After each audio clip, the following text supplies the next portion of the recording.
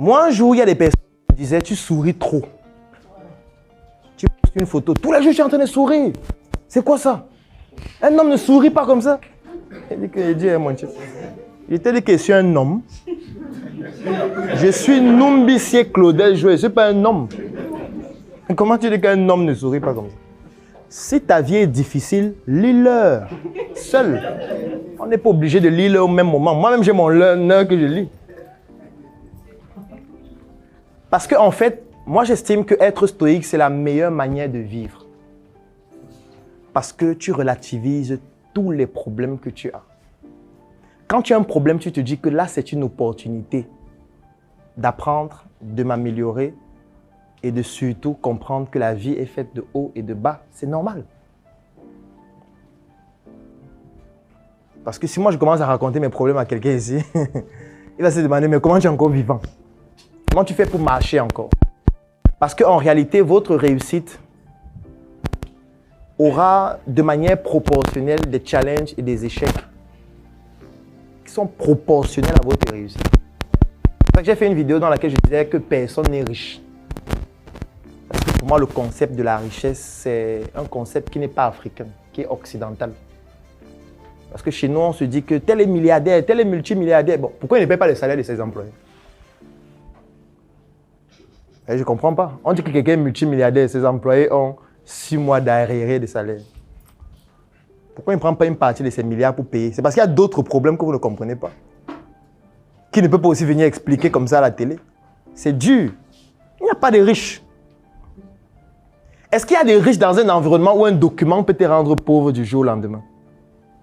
Oui, parce qu'on peut signer un document aujourd'hui, on te fait un redressement et demain tu deviens pauvre.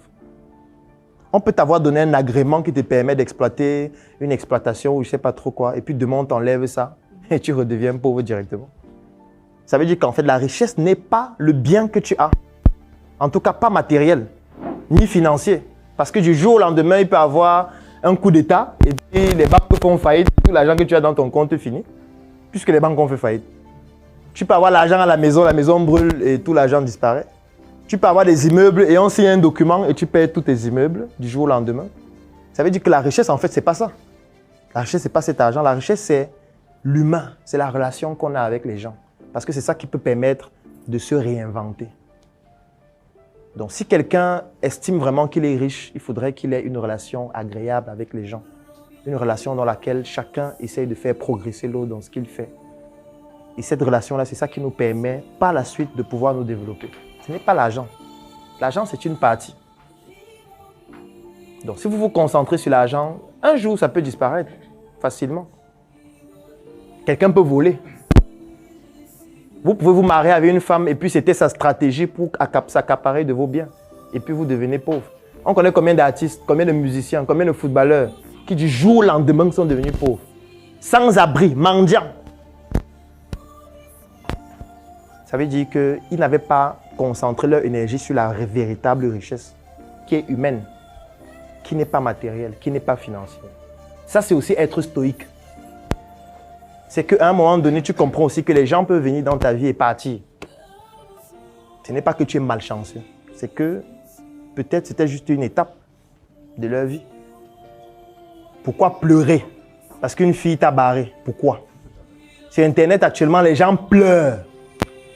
Oh, il est parti. Il m'a dit qu'il ne m'aimait pas. Et ça fait quoi? Va travailler. Pleure quoi? Faut arrêter tout ça. Va travailler. Arrête de pleurer. Donc, c'était ça ton travail. Quand on est stoïque, il n'y a aucune situation qui t'ébranle. Quand tu vois une situation, tu réfléchis, qu'est-ce qu'on fait? Comment on capitalise? Comment on utilise ça pour pouvoir se développer?